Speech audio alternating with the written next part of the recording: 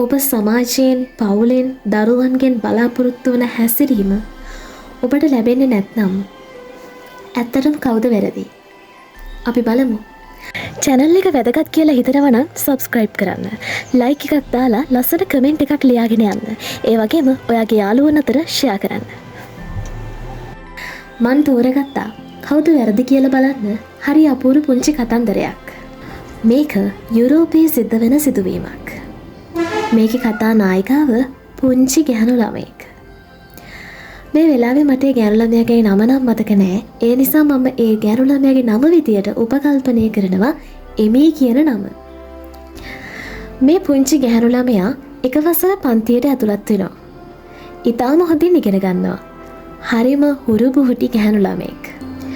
මෙහෙම යද්දී මේ දරුවා ටිකින් ටික ලොකු වෙනවා. දරුවා 4 වසරට එනවා. දරුවගේ පන්ති භාර ගුරුතුමිය වෙනස් වෙනවා. ඇය දකිනවා මේ දරුවා කිලිටි වුණ ඇඳුම් ඇඳගෙන තමයි පාසල් එන්නේ. ඇය දකිනවා ඇගේ අපිරිසිදු ගතියක්.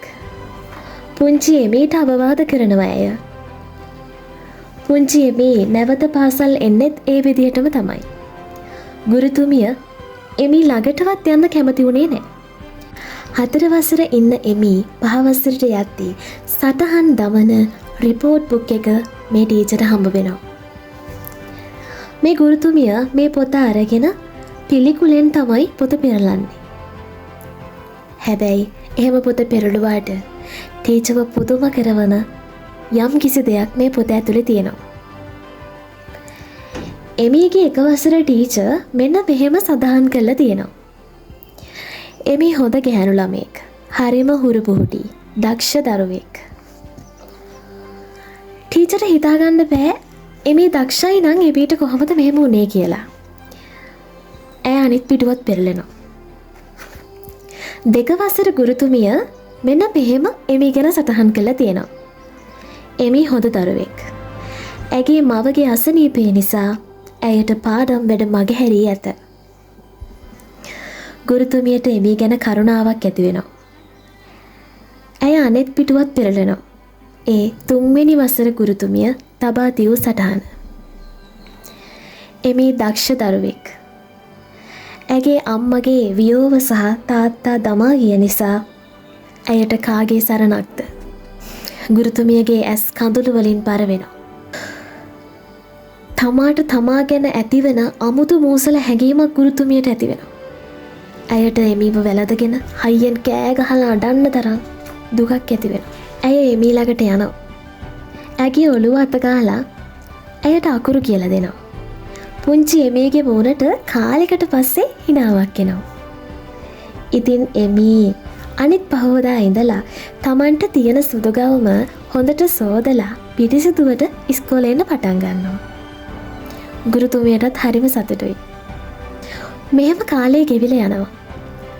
ඔන්න ටීචර්ස් ඩේ එක එනවා. ළමයි හැමෝම ගුරුතුමියට තෑගි ගෙනල්ලා. පුංචි එමී නම් තාම ඉස්කෝලේ ඇවිල්ලා නැහැ. එක පාරටම පුංචි එමී දුවගෙන එනවා. පුංචි එමී දුවගෙන ඇවිත් ගුරුතුමියට ඇගේ අතේ තිබුණ ගෝණි කැබැල්ලක ඔතපු යමක් දෙනවා. ගුරුතුමිය එය බලනවා. තැන තැන ගල් අල්ලපු පරණ වලල්ලක් ඇය ටීචර් තෑගි කරනවා. ගුරුතුමිය සතුටින් මේ තෑග්ග පිළිගන්නවා. ඇය එමීව වැළඳ ගන්නවා. එමී හරි ලස්සන වචන ටිකක් කියනවා. ටීචර්, අද මට ටීචර් ළඟින් මගේ අම්මගේ සුවඳ දැනුණා. ටීචර්ට කඳුළු වෙනවා. එමී හොඳට ඉගෙන ගන්නවා. ඇය උසස් අධ්‍යාපනය ලබන්න දුර පාසලකට යනවා.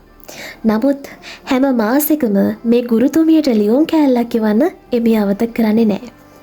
ඔහොම කාලය ගත වෙලා ගියාට පස්සේ දවසක අවුරුදු ගණනාවකට පස්සේ හරි අපූර්ව ලියුමක් එනවා.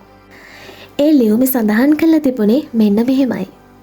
ටීචර්, මගේ ජීවිතේට මම සහකරුවෙක් තෝරගත්තා. අපි විවාහ වෙන දවසේ මගේ අම්මට හිමි ආසනයේ ඉඳගන්න ටීචර්ට ආරාධනා.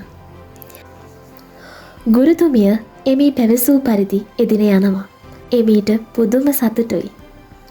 ඇය ගුරුතුමියම වැළඳ ගන්නවා. ගුරුතුමිය ළඟ තියෙන විශේෂ දෙයක් එමී දකිනවා. දන්නවද?